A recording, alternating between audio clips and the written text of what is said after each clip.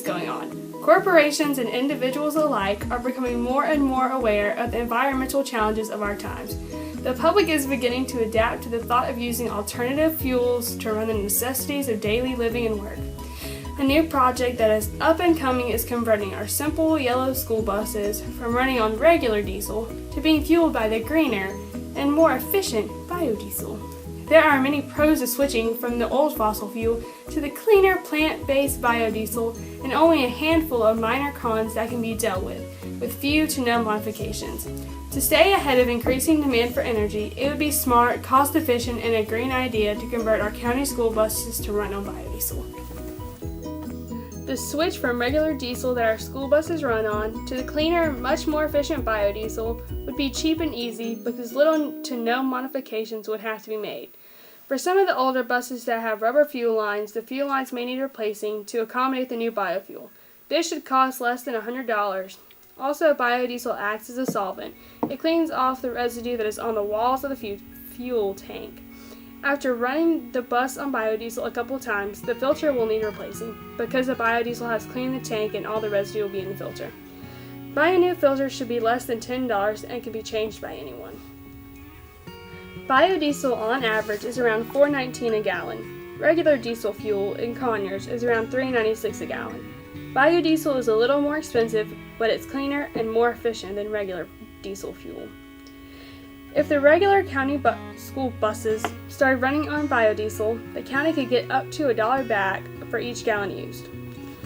This all depends on how much biodiesel is used. Biodiesel can be blended with regular diesel. If you use B20, you're using 20% biodiesel and 80% diesel. There are no tax credits offered for pure biodiesel, only for blends of biodiesel, such as B99, which is probably the highest blend you'll find in America. If the county started making its own biodiesel, there would be money made from its co-product, which is glycerin. Glycerin is used in food, soap, and cosmetics. If the county made its own biodiesel, then we could sell the leftover glycerin to manufacturing companies. Some of the disadvantages of using biodiesel are: biodiesel gels in the winter. Biodiesel grows mold. By making biodiesel, we are taking away from growing our food. Biodiesel has higher nitrogen oxide emissions. Biodiesel decreases horsepower. Biodiesel degrades rubber in engines. All of these disadvantages can be easily fixed. The first disadvantage to biodiesel is that it gels in the winter. Biodiesel can gel in the winter, but so does regular diesel fuel.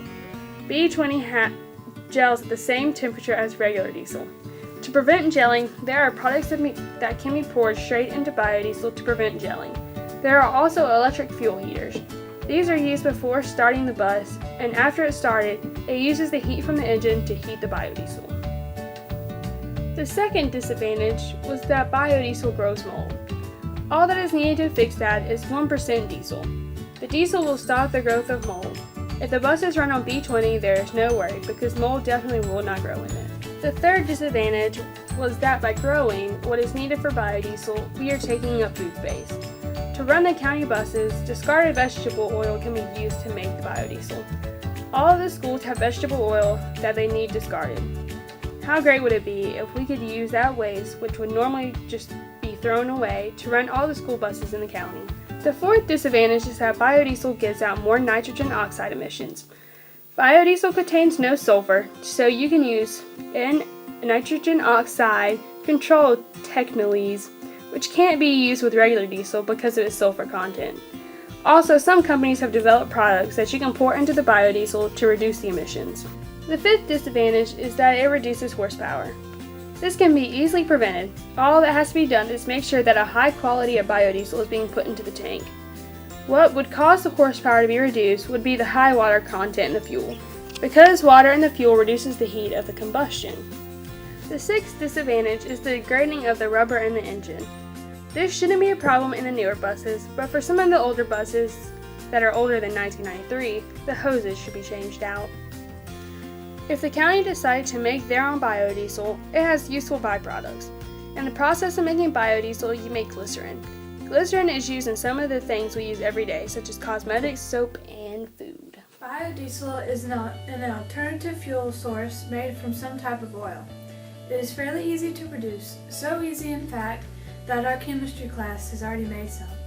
The basic procedure is this. Take an alcohol such as methyl alcohol or methanol and mix it with the catalyst. You can either use KOH or potassium hydroxide or NaOH, sodium hydroxide. You get this, methoxide. No, don't worry, it's not meth. We would not put that in the school buses. Once that is mixed, you heat up your choice of oil. Now, the oil to make biodiesel can come from many different sources, from canola oil to used cooking oil to algae. Algae is a really big and up-and-coming source for biodiesel, and companies are putting a lot of research into the development of technology to turn algae oil into biodiesel. In class, our group used soybean oil. Anyways, once the oil has heated up for a while, you add the methoxide, or whatever mixture you created, to the hot oil and continue to stir and heat. The mixture will turn more opaque and become thicker. Once the mixing is done, pour the mixture into a separatory funnel to separate the unwanted glycerin from the fresh biodiesel. And voila, biodiesel. Now, even though I could go and put this in Miss Garland's car right now and drive it to Target, it's not up to the standards of ASTM or the American Society of Testing and Materials. To be sold commercially, it must be cleaned of the remaining impurities and tested. Once the biodiesel is cleaned, it is not only safe to sell, but it is edible. Yum!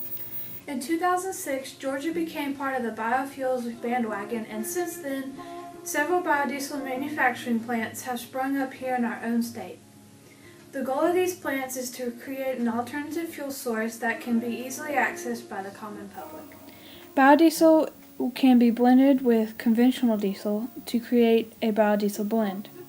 Pure biodiesel is B100, while a 50% biodiesel blend is B50. One of the more common types is B20, which we've already talked about. When you use low blends of biodiesel, say B2 or B5, you have no decrease in any sort of performance. However, when you get into B20 and higher, you have a slight loss in overall power and fuel efficiency. But any blend of biodiesel can improve engine performance. B1 can even improve the lubricity of regular diesel by up to 65%. The whole purpose of converting to biodiesel is to reduce our dependency on fossil fuels, which are quickly dwindling, and to help the environment. There are very few, if any, negative environmental side effects to running biodiesel for long periods of time. Some people will say that the growing of crops and use of fertilizer to grow these crops is a backward step and contributes to the greenhouse effect more than fossil fuels do. As of right now, in America, these side effects are not relevant. The good effects are plentiful. Burning biodiesel reduces emissions, which remains true even when burning small blends. The only increased emission is a slight increase of nitrous oxide, more commonly known as laughing gas. But that would just make everyone happier, right? This increase can contribute to smog buildup in crowded cities, but the government regulates the emissions so as not to create a negative consequence of using biodiesel. Speaking of the government, there are some issues that have to be dealt with when dealing with biodiesel in the government. To be commercially sold, biodiesel must meet all ASTM standards, which can be very difficult to do, which is why manufacturing plants have a hard time starting up. There are all sorts of restrictions and regulations on genetic engineering for biofuels and whatnot, but as far as we are concerned, switching our buses from petroleum diesel to biodiesel is a red tape-free process in terms of physically switching. Now, when it comes to getting the resources and facilities to provide the biodiesel, it may take some creative thinking to solve those issues, but it's worth it to be able to call our system a supporter of biodiesel.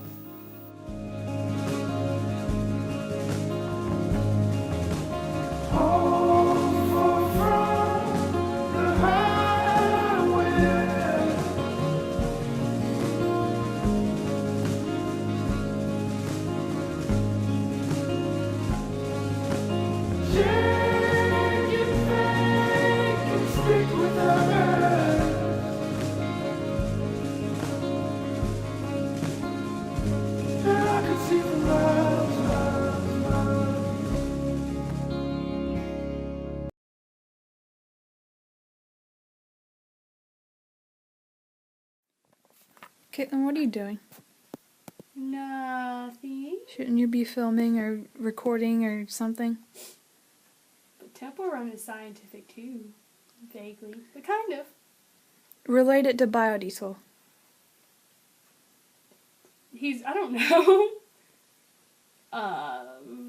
He's running. No, that's not fuel.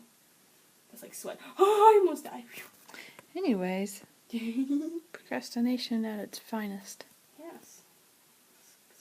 Shield it with the iPad.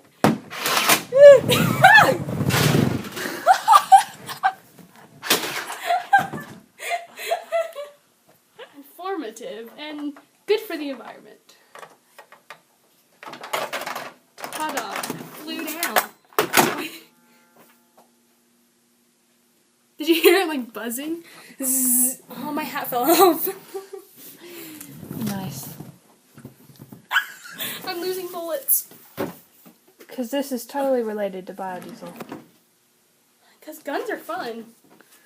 And they run on biodiesel, right? Sure. Let's make it that way. It won't open.